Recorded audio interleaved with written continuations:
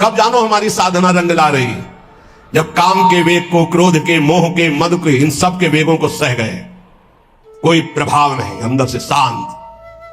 किसी से कहना मत, क्योंकि कहने से सत्ता दृढ़ होती है। अंदर जो विकार आते हैं किसी से मत कहो, कोई भी क्रिया मत करो, शांत उस समय नाम जप करो। देखो अपने आप सब नष्ट हो जाएंगे। और नष्ट आपको नहीं करना, कोई है आपका जो आप पर नजर रख रहा है। कोई आक्रमण आपको परास्त तब तक नहीं कर सकता जब तक आप आज्ञा का उल्लंघन नहीं करेंगे।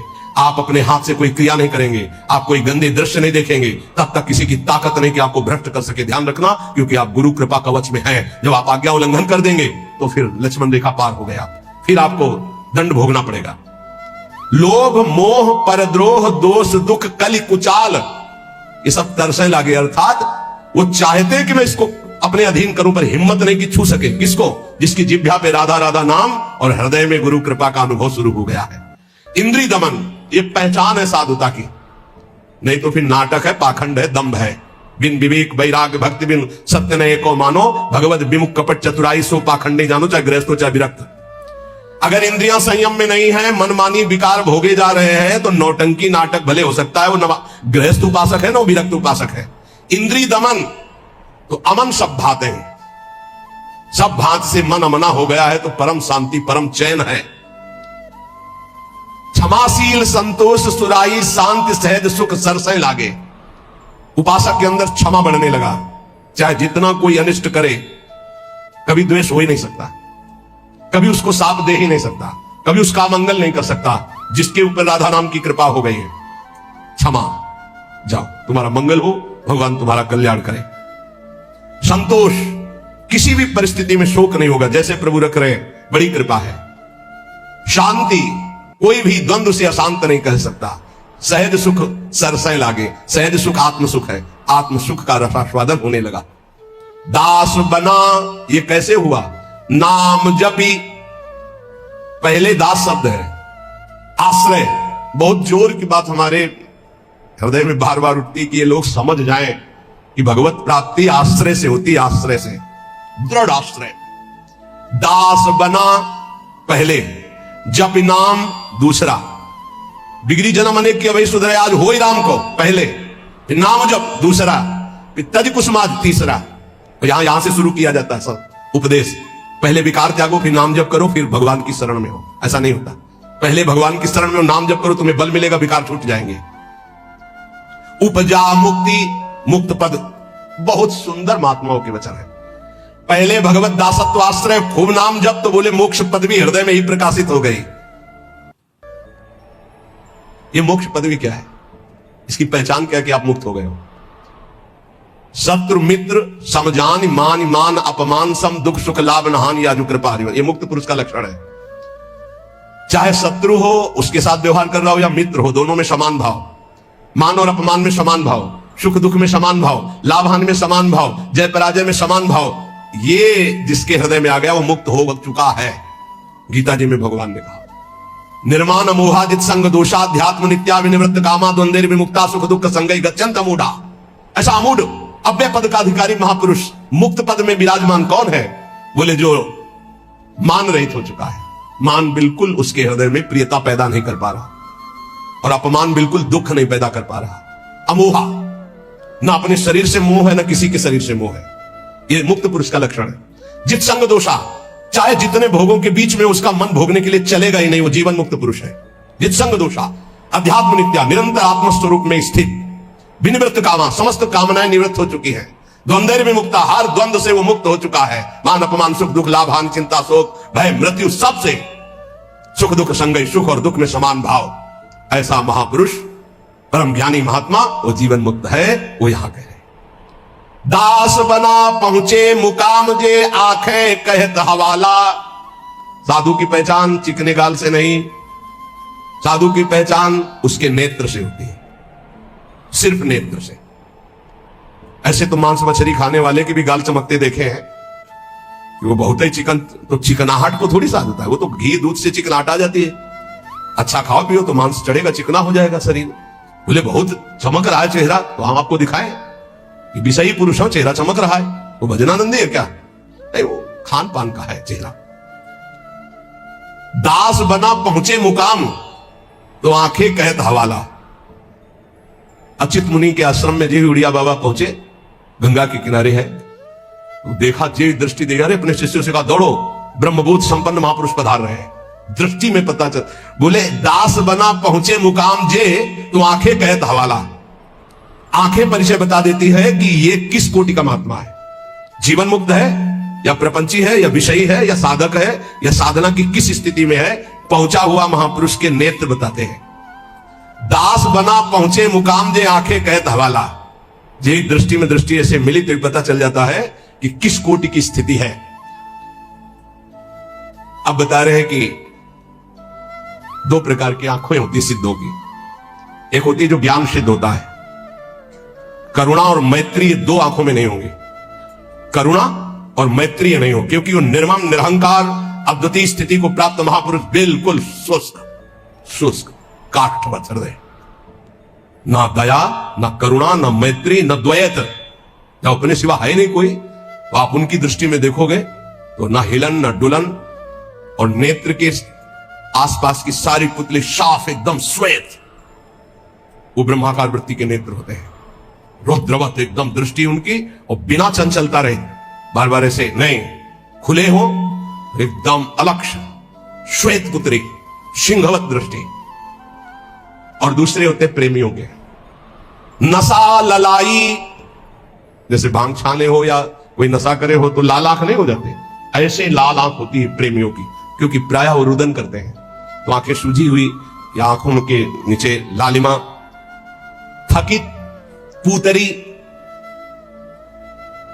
वो एक विचित्र दशा होती, बड़े ही सरस, बड़े ही व्याकुल, बड़े ही थकित नेत्र, पलक न लागत हाला, अपलक दृष्टि उनकी भी रहती है। ज्ञानी की दृष्टि भी ऐसी होती है, प्रेमी की दृष्टि होती है, पर दोनों में अंतर होता है। एक एकदम काष्ठवत शुष्क, मतलब वो शब्द अशुद्ध होगा, उदाहरण नहीं दिया जा सकता, जैसे खुली हुई मुर्दे की आंख, कोई हलन डुलन चलन कुछ नहीं। कई बार उड़िया बाबा को बाहरी लोगों ने समझा कि पधार गए हैं, ऐसी दृष्टि बस कुछ नहीं। और प्रेमी जनों की दृष्टि नशा ललाई, थकित पूतरी, पलक न लागत हाला, नेत्र ऐसे कि देखो तो आसक्त हो जाओ, बड़े सरस, बड़े प्रेमी, बड़े थकित, और हल्की सी लालिमा नेत्रों में छाई हुई है, सुरंग नेत्र है और घूर्णित नेत्र है। प्रेमी जनों के घूर्णित नेत्र, जैसे नशा ललाई का तात्पर्य यही है, थोड़ी थोड़ी देर में ऐसे आपको लगेगा कोई नशा खाए है क्या, उनके नेत्र, क्योंकि प्रिया प्रीतम के उस प्रेम रसाशों में उनके नेत्र झूमते हैं। अलसाने से रहित हमेशा हरिजस सुनि दृग नीरा, थोड़ी सी प्रभु की बात सुने की आंखों से आंसू की धारा बहने लगी, और अलसाने से रहते हैं, न सोना न जागना, अखियां रूप के रंग रंगी, निरखी स्वरूप कुंवरी राधे को याही माही पगी, ये अखियां रूप के रंग रंगी, न सोई न जगी, प्रियाजू के रूप रस में हर समय अलसाई हुई, एक जैसे कोई नशा किए हो ऐसी उस नशे में। धरक चलत कबही भरियावत पुलकावली शरीरा, गदगद गर चित शांति थका मन तनहु थका दर्शाई, ज्ञान विराग भक्ति से पूरे जगत न सकत समाई। ऐसे प्रेमी जनों के नेत्र जहां जगत का प्रवेश ही नहीं है, हृदय कंठ गदगद हो जाता है, चित्त शांत है, मन अचंचल है, तन एकदम थकित शिथिल भाव में डूबे हुए, बोले ऐसे जो महापुरुष होते हैं तो दास बना पहुंचे मुकाम जे आंखें करत हवाला। ऐसों के नेत्र बताते हैं कि मुकाम में पहुंचे हुए ये जन है। श्री भगवान जगत गुरु श्री कृष्णचंद्र जी कह रहे हैं जो पहुंचे हुए महापुरुष है वो शरीर को अपने वश में किए होते हैं। यही सबसे बड़ी चूक हो रही है, ये बहुत बड़ी चूक है जो हमारी निंदा का कारण बनती है। हम संतों की या भक्तों की जो निंदा का कारण बनता है वो ये नाशवान दुष्ट नीच शरीर है। इसको जब तक मैं माना जाएगा ये नीच आचरण कराता ही रहेगा, गुरुजनों की, आचार्यों की, भगवान की निंदा करवाता रहेगा। एक शरीर से गलती होने पर समस्त साधुओं की तरफ लोगों की दृष्टि अश्रद्धा से हो जाती है। इसीलिए हमें लगता है कि अगर साधु बने तो मर के बने, उन्हें घर गृहस्थी में ब्याह करके अच्छा है, जीवन धर्म पूर्वक व्यतीत करे, अधर्म आचरण न करे। बहुत बड़ी त्रुटि समझो, एक गलती से लाखों लोगों की श्रद्धा संतों के प्रति नष्ट हो जाती है। भगवान कह रहे सिद्ध पुरुष के लिए कैसा होता है, निराशीर्यत चित्तात्मा त्यक्त सर्व परिग्रह शारीरम केवलम कर्म कुर्वन्नाप्नोति किल विषम। यत चित्तात्मा, जिसने अपने शरीर को अधीन कर लिया। ये प्रार्थना है सब साधकों से, कोई ऐसी चेष्टा मत करना जिससे भेष को गाली मिले। हमारा गति हो या दुर्गति हो तो ठाकुर जी जाने। कभी ऐसी जगह न खड़े होना, कभी ऐसी चेष्टा मत करना, कभी ऐसा संग मत करना। ये ध्यान रखो कि तुम्हारे से एक बहुत बड़ी धारा जुड़ी हुई है। तुम्हारे गुरु, गुरु के गुरु, गुरु के गुरु, आचार्य, इष्ट, पूरा एक आपकी गलती पूरे को गालियां दिलवा सकती, पूरे विश्व के संतों के प्रति अश्रद्धा हो सकती। इसलिए सावधान। जिंदगी में हम नीच हैं, पामर हैं, हमारी गति हो दुर्गति हो भगवान जाने। हमसे ऐसा आचरण न बन जाए कि हमारे गुरुजनों को गाली मिले। उन्होंने कोई हमारे साथ धोखा दगा नहीं किया, मंत्र दिया, उपासना दिया, वेश दिया, तो आचार्य और गुरु और इष्ट इनको गाली न पड़े, हर समय सोचना चाहिए। ये शरीर को जब तक जीतोगे नहीं तब तक गलती हो ही जाएगी, चाहे कसम खा लो, चाहे जो कुछ कर लो। इस दुष्ट शरीर को जीतना चाहिए। बात ध्यान से समझ लो, ये बहुत दुष्ट है। जीवन हो जा रहा खवाए खवाए खवाए खवाए, अब खाया नहीं आज तक। जीवन हो गया दिखा दिखा करके दुनिया को, आंखें नहीं भरी, कान नहीं भरे। ये वही दुष्टता अपनी चाल, ये देखना, ये सुनना, ये भोगना। यह चित्तात्मा सांसारिक आशाएं और इच्छाएं जब तक है शरीर को बस में नहीं कर सकते। साधुओं के वैराग्य मार्ग में भगवत भक्त होकर के चेहरा बनाने की जरूरत नहीं है, स्वरूप बनाने की जरूरत। स्वरूप को प्रकाशित करो, पूरा विश्व नमन करेगा। चेहरा तो नौटंकी नाटक वाले बनाते हैं, जब थोड़ी देर के लिए साधु बनते हैं वो बनाते हैं, जिससे पूरा साधुता का हम रोल कर सके। हम रोल नहीं करते, हम उस मार्ग में चलने वाले पथिक हैं। साधुता का रोल 2 घंटा कोई कर सकता है, लेकिन जीवन भर साधु बन के रहना वो बहुत कठिन बात। इसलिए ये नहीं, हम भगवत मार्ग के पथिक। हमारा कोई भी बाहरी शारीरिक नाटक ऐसा नहीं होना चाहिए जो धर्म विरुद्ध हो, बिल्कुल समझ के चलना चाहिए। आज आचार्यों गुरुजनों के चरणों में बैठ करके साधुता का भाव नहीं। लाल कपड़ा हो या पीले कपड़ा हम पहने, इसके बाद यहां से बढ़िया माकुआ तेल लगा के ऐसे, ये कौन से शास्त्र में लिखा है? तुम्हारी कौन सी परिपाटी, कौन सा भेष ऐसा है? बिल्कुल नहीं। आज कोई टोकने वाला नहीं, इसीलिए बहुत से बिना गुरु प्रदत्त वेश धारण किए और वो मनमानी आचरण करते हो, कहा जाता साधु। पहले पैजामा कुर्ता कहा जाता साधु, साधु पैंट शर्ट पहने कहा जाता साधु, बड़ा बड़ा टाइटल लिखा जाता है। और उनके जो आचरण होते तो बोले अमुक संत भ्रष्ट हो गया। संत परिपाटी देखो, संतों की मर्यादा देखो, संतों के चरणों में बैठकर जो साधुता सीखी जाती है वो कब हुआ?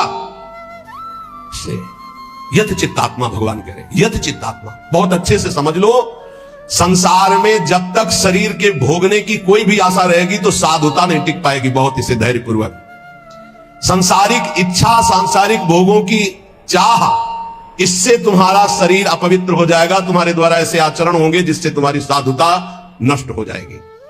शरीर और इंद्रिय और मन के वशीभूत होकर के जो आचरण किया जाता है वो निश्चित अपवित्र है और वो अधर्म होगा और वो गालियां दिलवाने वाला ही होगा। श्रद्धा उपजाना बहुत कठिन होता है भाई, बहुत कठिन होता है। नास्तिक के हृदय में श्रद्धा प्रकट करना, विषयी पुरुष के हृदय में श्रद्धा प्रकट करना और नष्ट करना एक क्षण की बात होती है। जन्म जन्मांतरों की सुकृत एकत्रित होने पर श्रद्धा होती है और एक चेष्टा पूरी लाखों की श्रद्धा नष्ट कर देगी। लाखों का मंगल करने का पाप लगेगा उसको और वो दुर्गति को प्राप्त होगा। इसलिए साधु वेश में बहुत होश में, ये कोई खिलवाड़ नहीं है। ऐसे लोग करते तो खिलवाड़ नहीं, सारी जिम्मेवारी है आपकी। ऐसे कर दिया तो जिम्मेवारी, उनकी श्रद्धा की रक्षा करना तुम्हारा कर्तव्य बन गया। उनके कल्याण की तरफ तुम्हारी दृष्टि जानी चाहिए। ऐसा कोई ये नहीं कि तुम स्वामी बन गए तो जो मनावे सो आचरण करो, ऐसा नहीं है। शरीर इंद्रियां अंतःकरण सिद्ध पुरुष के वश में होता है। साधक को चाहिए कि इनके वश में होकर कोई कार्य ना करे।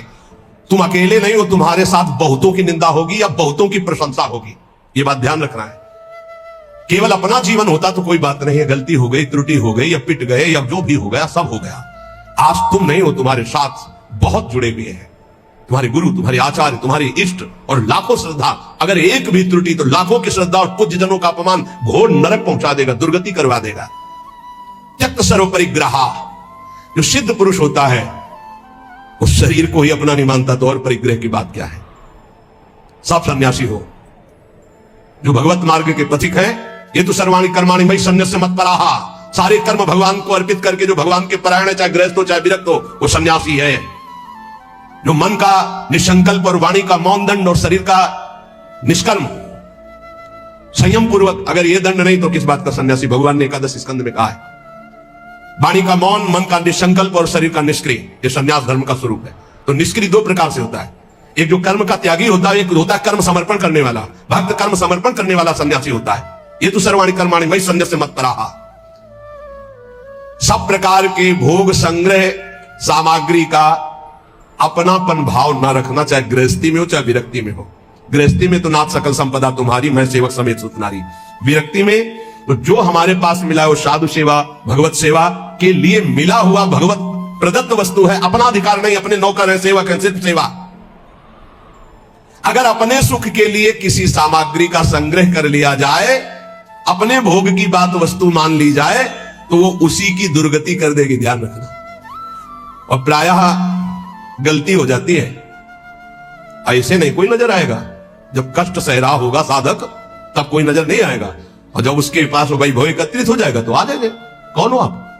तुम्हारे मामा पहचाने नहीं, अभी तक मामा कहां थे तुम भाई, अभी तक कहां? बचना, हम जो प्रार्थना करें उसको अंदर से समझना। जहां मकान बना, जहां वैभव एकत्रित हुआ, तो पूर्व जीवन के रिश्ते नाते संबंधी आके और वहां का अधिकार जताते हैं, और वहां के फिर संबंधी अपना संबंध स्थापित करके उसके अधिकारी बनते हैं, और फिर जिनके लिए आया था फिर उनकी दुर्गति होती है, भी ध्यान रखना। यही की घटना है। भक्तमाली जी अंतर ध्यान हो गए, उनकी बात है। वो बता रहे थे कि साधु के भाई आए, तो साधु को कहीं ना कहीं से अर्थ मिलता ही रहता है, साधु सेवा भगवत सेवा। तो उन्होंने कहा अमुक कार्य है, 1 लाख रुपया दे दो। एक घटना है, कोई कथा नहीं, तो 1 लाख दे दिए। अब जब वो आते तो कहते भाई दे यार 1 लाख रुपया, साधु सेवा वाला ले गए थे। अरे भाई दे देंगे, बड़ी समस्या गृहस्थी में रहती है, आप तो बाबा जी हो, आपको क्या पता गृहस्थी में। अब भाई है तो कह नहीं सकते हो, इतने में उनका शरीर पूरा हो गया। संत भगवान का जानते हो क्या बने थे? श्वान, कुत्ता, आश्रम के बाहर बैठे पिल्ले के रूप में। तो किसी महापुरुष को स्वप्न दिया कि मेरा उद्धार करवा दो, मेरे से गलती हो गई, 1 लाख रुपया अपने भाई को देने के कारण मेरी गति बिगड़ गई, और मैं वृंदावन में ही अमुक आश्रम का हूं, अमुक अमुक हूं, सामने बैठा हुआ हूं, आप आके मुझे देख लीजिए, मैं आपको पहचानता हूं। वहां गए तो वो धष्टपुष्ट एक पिल्ला बैठा था, पुचकारा, गोद में उठाया, महाराज आप चिंता मत करो, आपका कल्याण होगा। उसके भाई के पास गए और कहा होश में जैसे बने तैसे चुपचाप 1 लाख रुपया मैं ब्याज सहित दो, नहीं तुम्हारे पास शासन अपना जब लागू करेंगे तो आप परेशान हो जाओगे, तुम्हारे भाई की दुर्गति हो गई जो महात्मा थे। वहां से पैसा लाए, फिर आश्रम में भंडारा किया, और फिर कुत्ता का कुछ दिनों में शरीर शांत हो गया, वो अपनी गति को प्राप्त। समझो, वैभव जहां बढ़े तो संसार के सेवा के लिए वैभव मिलता है, साधु सेवा, गौ सेवा, भगवत सेवा। घर वाले, परिवार वाले के बिटिया का ब्याह है, तो हमारे सारे पैदा किया था क्या? मेहनत करो, मांगो, खाओ, जियो। तो हमारा तुम धर्म भ्रष्ट करने आए हो? वैराग्यवान कभी भूल करके एक सिक्का अपने परिवार वालों को ना दे, नहीं तो नरकगामी होगा, ध्यान रखना। ये हराम का पैसा नहीं है, गृहस्थ जन देते हैं भगवत प्राप्ति में लगे हुए संतों की सेवा के लिए, या श्री जी के लिए, या गौ सेवा, या धर्म सेवा के लिए। परिवार सेवा के लिए कोई कह के दे तो बात अलग है, कौन देता है परिवार सेवा की? इसलिए किसी भी सामग्री को अपनी ना मानना, त्यक्त सर्व परिग्रह, ये भगवान का आदेश है। सिद्ध पुरुष में ऐसा नहीं होता, वो अपना ना शरीर ही मानता है ना कोई वस्तु मानता है। लेकिन साधक की बात ध्यान रखें, उसके पास जो भी भगवत प्रेरित सामग्री आई है वो अपने लिए नहीं, सेवा के लिए आई है। ठाकुर सेवा, संत सेवा, भगवत सेवा, समाज सेवा। जो भोग बुद्धि से अपने लिए संग्रह करता है उसकी बुद्धि भ्रष्ट हो जाती है और पतित हो जाता है, बस ये बात है, अपने लिए नहीं। बहुत जोर का भगवान ने त्यक्त स्वर परिग्रह का भाव बताया है कि सिद्ध का यही लक्षण होता है। और ऐसे महापुरुषों के दर्शन किए प्रयागराज में, टाट की लंगोटी और एक बोरे का टाट ऐसे उड़े हुए, और ट्रक का ट्रक घी और चीनी और मैदा उतरता, ऐसे भंडारे चलते, पूछो मत। जो उनके भगत थे सबके चरण धोना, सबको नम्रता पूर्वक भगवान की तरह बैठाना और खूब प्यार से पवाना। और जो महात्मा जी थे वहां के, एक टाट और पट्टा ऐसे टाट का ऐसे उड़े हुए, और ऐसे ही रेती पे लेटना, ऐसे झोपड़ी बनी हुई थी उनकी, उसमें लेटना, और सारे वैभव की भीड़ लगी हुई थी। और आप जब सब संत पा लेते थे तो सब संतों की जूठन जो बचती उसी में एक दो और मिलाकर, क्या जीवन उनका, कोई संग्रह प्रयोग, वैभव तो पूछो मत। कोई दिन ऐसा नहीं होता था कि 2-4 हजार रुपए एक संत को दक्षिणा में ना मिले, एक से एक कंबल, एक से एक सब। पर देने वाले जब ऐसे, तो वहां त्यागी ही त्यागी ज्यादा थे, देने वाले परेशान थे कि यहां कोई लेता नहीं। और सामान की ऐसी, ये वास्तविक बात यही है कि स्वयं परिग्रह रहित होकर के समाज सेवा में। एक विरक्तानंद नाम के महापुरुष थे, उन्होंने कहा स्वामी जी बहुत हो गया, बुढ़ापा है, आप इतना कष्ट सह रहे हो, क्यों सह रहे हो? अब तो आप वस्त्र धारण कर लो। वो वहीं पास में बैठे थे, तो उनका तुमको मैं बूढ़ा नजर आ रहा हूं, ऐसे कर, बूढ़ा नजर आ रहा हूं, अभी चलो बराबर गंगा जी में खड़े होकर देख लो कौन बूढ़ा होगा। तितिक्षा की मूर्ति और मुस्कुराहट ऐसी, और त्वचा एकदम सांवली हो गई थी, प्रकृति का वास रहते हैं। और जब दृष्टि उठाए तो अमृत की वर्षा होती है। संतों में एक अद्भुत ऐसे दृष्टि से देखे तो अमृत की वर्षा होती, क्योंकि भगवदानंद में डूबे। अनिकेत, अनिकेत भगवान को बहुत प्रिय है। अनिकेत जिसके रहने के वास में ममता नहीं है। अनिकेत का मतलब जिसके घर नहीं, ऐसा नहीं, ये भी रहने का वास है और ये भी रहने का वास है, अपना नहीं है। बिल्कुल ऐसे समझो जैसे स्टेशन में रह रहे, गाड़ी आई चल दिए, स्टेशन में नहीं बैठे, खा रहे हैं, पी रहे हैं, बात कर रहे हैं, पढ़ रहे हैं, पर अंदर से क्या चल रहा है? हमारी गाड़ी आने वाली है, अमुक प्लेटफार्म में आएगी, वही इंतजार कर रहे हैं। वह हम मानो वृंदावन राधा के निकुंज प्लेटफार्म में बैठे हुए हैं, हमारी गाड़ी निकुंज वाली आने वाली है, बिल्कुल तैयारी में बैठे हैं, अपनी अटैची फिट है राधा नाम की, वो पास बना हुआ है निज मंत्र निकुंज का, बस आवे गाड़ी चल दी। राधे श्याम भी कहने की फुर्सत नहीं इस गाड़ी में, इतनी रफ्तार की गाड़ी है कि अच्छा भैया ऐसे नहीं है, बस चल दिए, बस ऐसी तैयारी में रहो। यहाँ राधा के कुंज में कैसे रहना है? स्टेशन में जैसे रहना है। ये ना किसी का था, ना है, न रहेगा, बस समय गुजारो और श्री जी के पास चलना। अनिकेता, रहने के स्थान में ममता रहित होना। निराशी, सिद्ध पुरुष में कोई आशा नहीं होती, और साधक को आशा, कामना, स्पृहा और वासना इसका त्याग करना पड़ता है। आशा किसी से नहीं, कामना कोई नहीं, स्पृहा कहते हैं कि कम से कम इतना तो चाहिए ही, ये भी नहीं, और वासना जो अंदर अंतःकरण में दबी होती है, इन सबको सहना है, सहने से ही मिटता है। बोले इतनी व्यवस्था तो होनी चाहिए। क्यों होनी चाहिए? हरि की इच्छा है कि इतनी भी ना हो तो उसमें राजी है, जोई जोई प्यारो करे सोई मोई भावे। हमें लगता है 25 वर्ष तो कुल्ला नहीं किया होगा, 25 वर्ष, वो जो होता है ना पेस्ट और मंजन है, कुछ नहीं। जीवन को भगवदानंद में डुबोने के लिए पेस्ट लेके थोड़ी होगा जाता है, कोलगेट, तो इसके लिए से कहां रखा है? इतना गुड़ मिल जाए और एक कमंडल गंगा जल चला जाए, बड़े भाग्य की बात।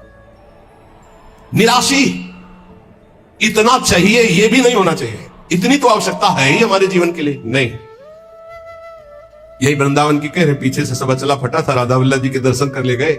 एक ओमवती भैया नाम की विरक्त संत थी, राधा वल्लभी, पता नहीं भगवान उनको विराजमान है या श्री जी की सेवा में गई, और दष्ट पुष्ट ऐसे बैठती थी। आए बाबा, तो ये समझ में ना आवे, देर चला फटा है, उनका समझ में तो आवे, लेकिन समझ तब हो ना जब रुपया हो हमारे पास, तो कुछ है नहीं, जैसा श्री जी दिए वैसा ले।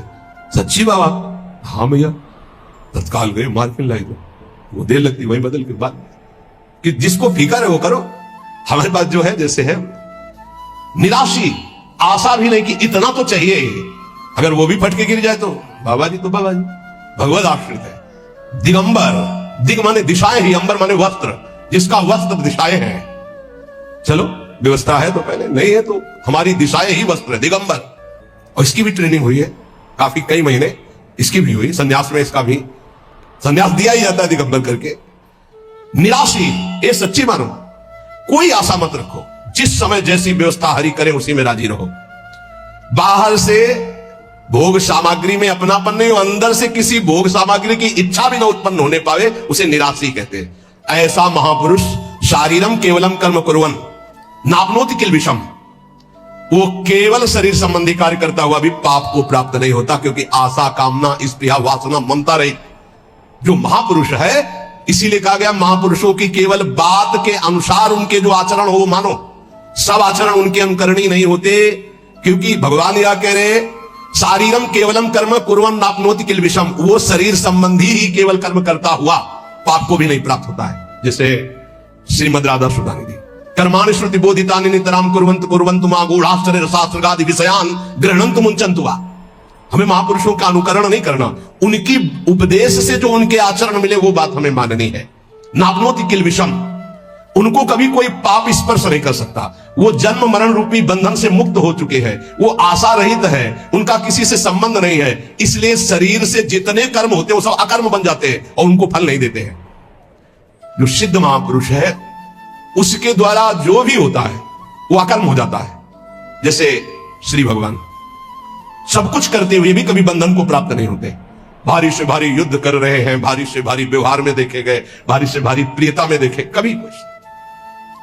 जो निवृत्ति परायण सिद्ध महापुरुष है उसमें कभी कोई भोग लालसा नहीं होती, भोग लालसा रहित होकर जो भोग भोग रहे हैं दिखाई दे रहा है। जैसे दुर्वासा जी की कोई आशा नहीं, गोपियों ने सब उनको पकौड़ा, खीर, दुनिया की चीजें पका दी, बोले अब वापस कैसे जाएंगे? बोले आई कैसे यमुना जी? बोले भगवान ने कहा था मैं अखंड बाल ब्रह्मचारी हूं, अगर तो यमुना जी मार्ग दे दे, ऐसा कहना। तो मार्ग दे दिया। तो बोले कह देना दुर्वासा ने दूब रस के सिवा जबान में कुछ न रखा हो तो यमुना जी मार्ग दे दे। गोपियों ने कहा मनो खीर पुआ तो हम सबका पा गए, कह रहे हैं कि दूब के सिवा न रखा हो। इसका मतलब समझते हो? इच्छा रहित महापुरुष, अनिच्छित, उनकी कोई इच्छा नहीं। तो ऐसे इच्छा रहित महापुरुष के द्वारा संयोगवशात जो भी कार्य हो जाते हैं वो अकर्म बन जाते हैं, उनको कोई भी दंड या कोई भी पाप कर्म स्पर्श नहीं कर सकता। इसलिए बड़े बड़े महापुरुषों की लीलाएं देखी जाती है, विचित्र कोटि की लीलाएं देखी जाती है, बिल्कुल उनका अनुकरण न करें। जैसे आद्य गुरु भगवान शंकराचार्य मछली खा गए, फिर कांच पी गए, सबकी सामर्थ्य थोड़ी है।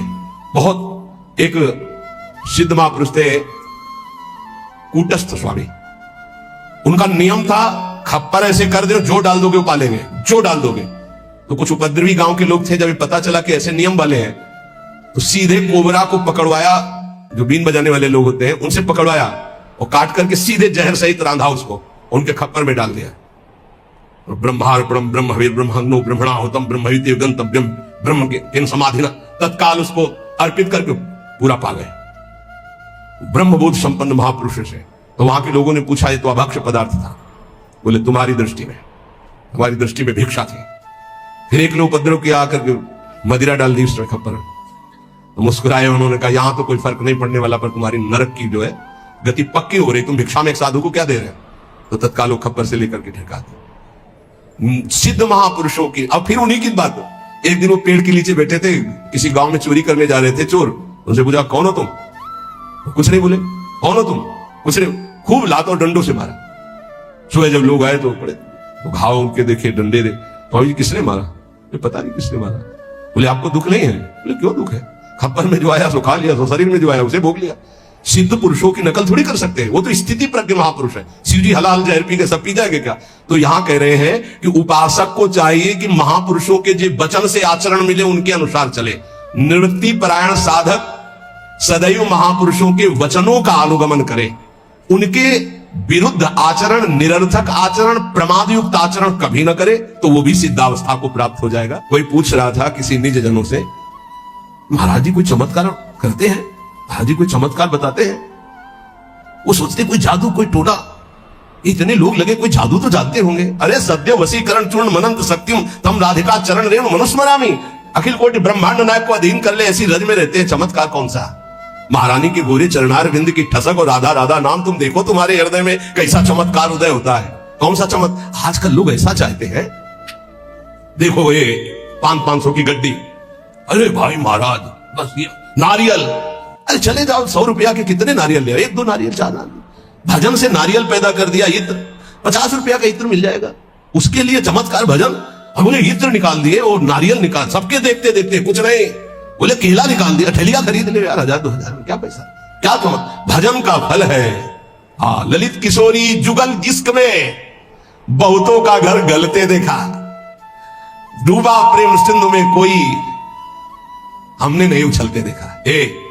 अपने एक लड़का को स्मार्ट मोबाइल देते हो, फीस देते हो, पढ़ाते हो, लिखाते हो, पाई भर तुम्हारी नहीं मानता।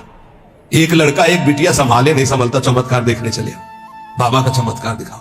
चमत्कार एक इनकी खोपड़ी में बैठ करके राधा नाम सबको चला रहा है, साफ संयम में है, कोई मनोरंजन किसी के पास नहीं, जिनको सेवा है केवल उनके पास मोबाइल, साफ सावधान और रोज अपनी दिनचर्या में रत रहते हुए ये सब इष्टाकार वृत्ति की तरफ चल रहे हैं। हम इनको मन से प्रणाम करते हैं कि हमारी आज्ञा हमारे गुरुजनों की परिपाटी पर चल रहे हैं। चमत्कार किसे कहते हैं? मन का परिवर्तन कर देना, ये राधा नाम का चमत्कार है, ये राधा नाम का प्रभाव है।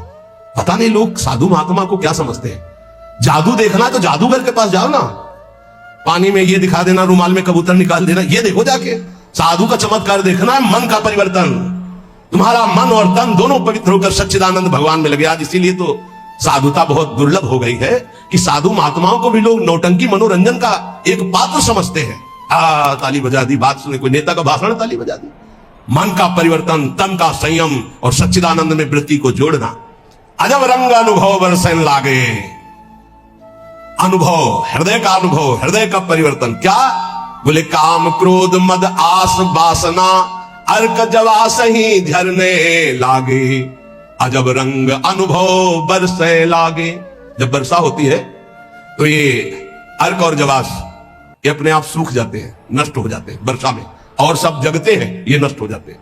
बोले जब राधा राधा राधा राधा और इसका जब रंग बरसने लगता है हृदय में, तो काम क्रोध मद आस वासना ये अपने आप नष्ट हो जाते हैं। जैसे वर्षा होते ही अर्क और जवास नामक पौधे ये अपने आप नष्ट हो जाते हैं, और दूसरे सैकड़ों पौधे हरे भरे हो जाएंगे, पर ये नष्ट हो जाएंगे। तो ऐसे ही काम क्रोध लोभ मोह मद वासना नष्ट हो जाती है, और नाना प्रकार की भाव तरंगे प्रिया प्रीतम की उठने लगती है।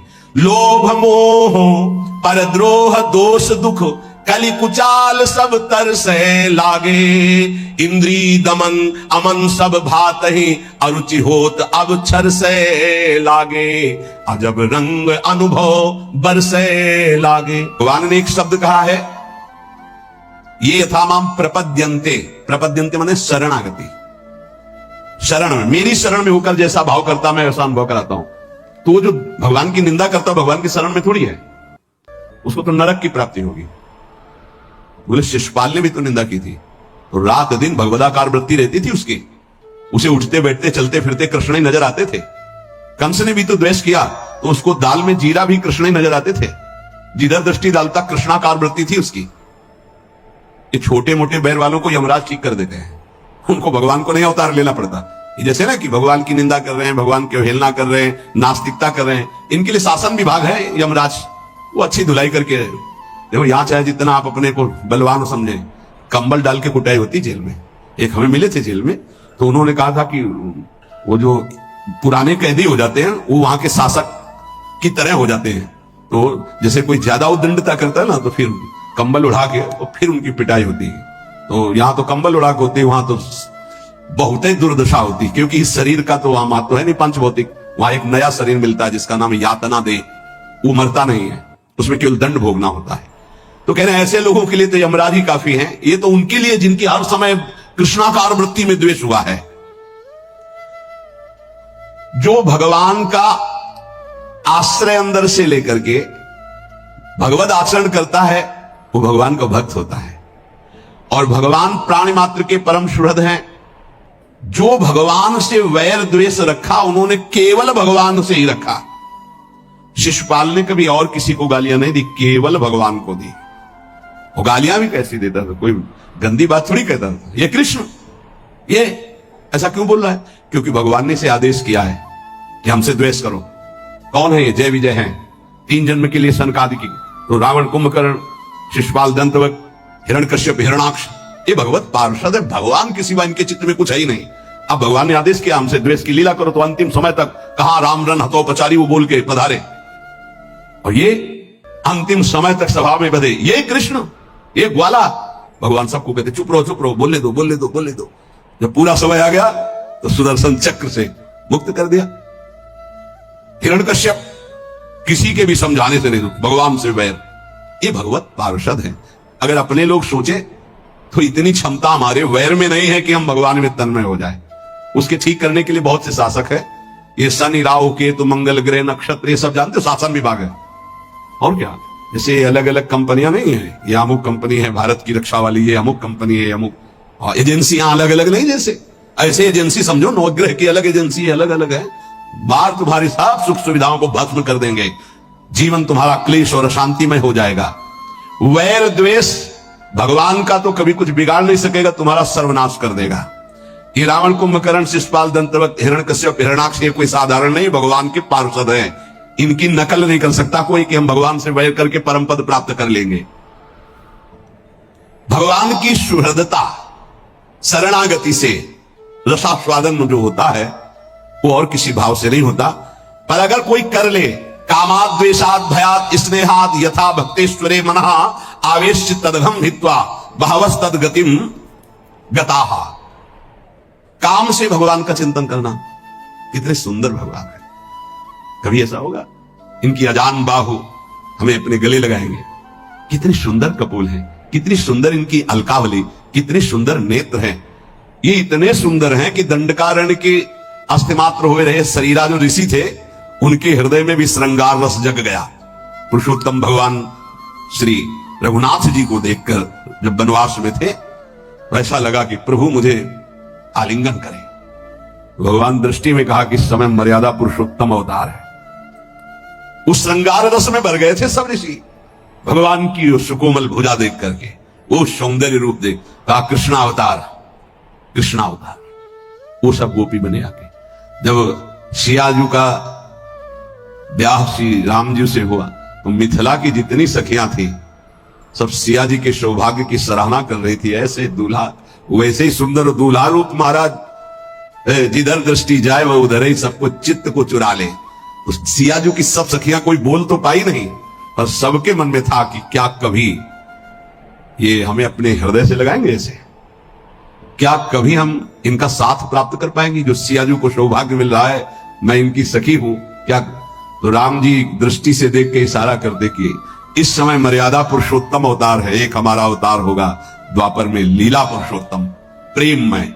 आओ सबको निमंत्रण दे, आओ, वहां आपके हर चाह पूरी होगी। दृष्टि से देखना, मंद मुस्कुरा देना, बाहु प्रसार परिरम, आओ, आलिंगन ही नहीं, परिरमन, गाढ़ आलिंगन, नृत्य, उच्छिष्ट का पान करना, अधरामृत का पान करना। जिस समय भगवान रासमंडल के अंतर ध्यान होने के बाद जब प्रकट तो गोपीजन ने एक चुनरी डाल दी अपनी चुनरी के ऊपर।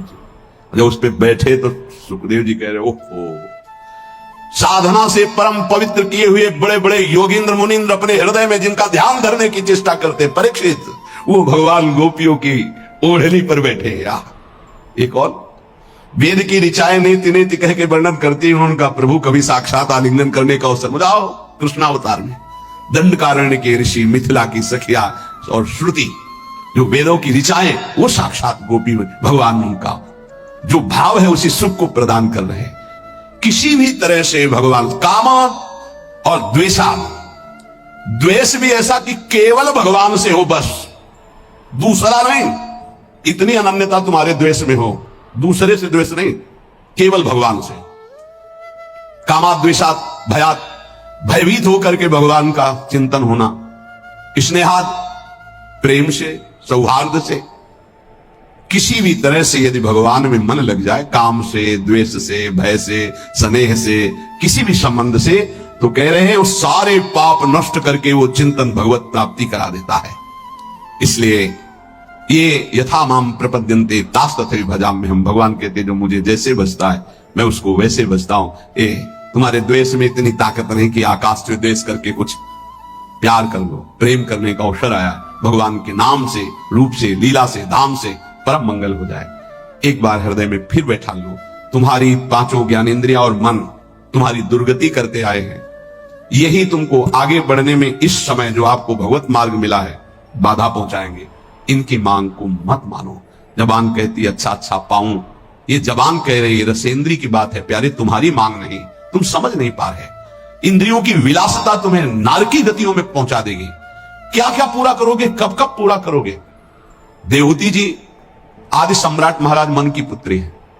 जब करदम जी से ब्याह हो गया, चले गए मन शत्रुपा जी, वो तो अपनी साधना में, सेवा में लगी रही, कई वर्ष तक कोई चेष्टा नहीं। आंख खुली, एक दिन देखा तो झुर्रियां पड़ रही हैं, शरीर सूख गया।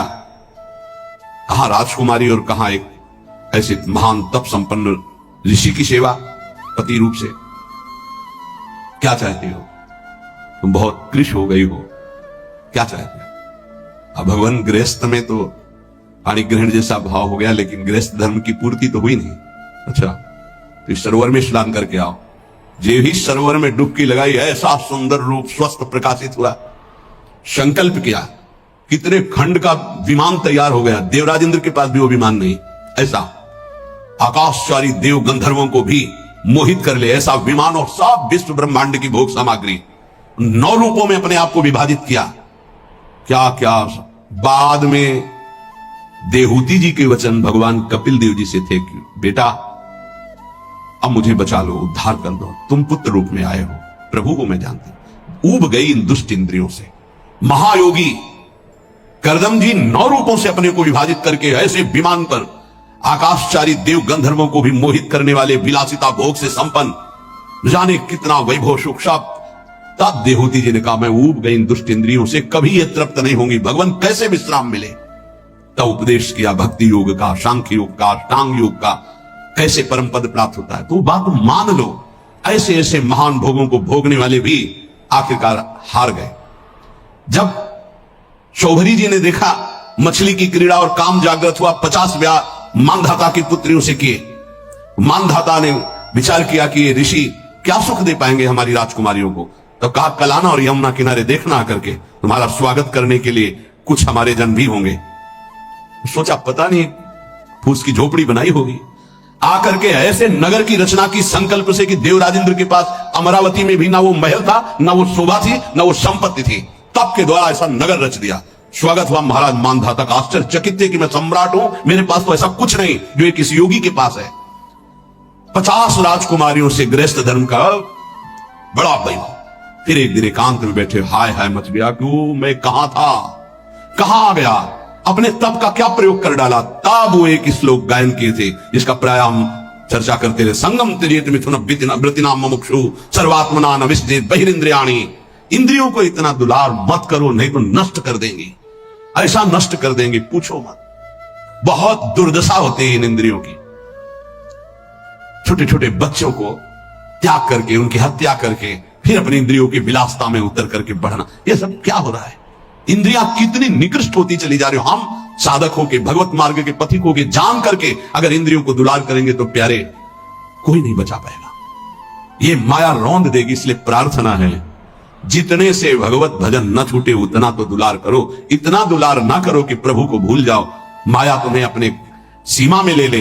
बहुत बहुत जन्मों के बाद हमको यह अवसर मिला, चूको मत। मान लो अभी प्रार्थना करते हैं, अभी डांट लगा देते हैं, आगे चलकर तुम्हें कोई डांट लगाने वाला नहीं मिलेगा, प्रार्थना करने वाला नहीं मिलेगा। एक शब्द याद कर लो, जो मिलेगा वो शोषण करने वाला मिलेगा। मां जैसा दुलार, पिता जैसा शासन हमारे भगवान स्वयं प्रकट होकर करते हैं, वो हमारे गुरुदेव होते हैं। अनंत माताओं का प्यार, अनंत पिताओं का शासन वही कर। अगर अब ना उद्धार हुआ, अब ना कल्याण हुआ, तो भगवान जाने किस युग में ये अवसर आएगा। छोड़ दो ये बातें। 5 ज्ञानेंद्रियों की मांग को अपनी मत मानो, नाम जप करो, जैसे बने वैसे। अग्नि जो अंदर जल रही उसको सह जाओ, यही तुम्हारे लिए आगे उत्थान का कार्य। आप समझ नहीं पा रहे। हर समय नाम जप करो, हर समय अपने इष्ट की प्राप्ति की लगन रखो। मुझे प्रिया प्रीतम चाहिए,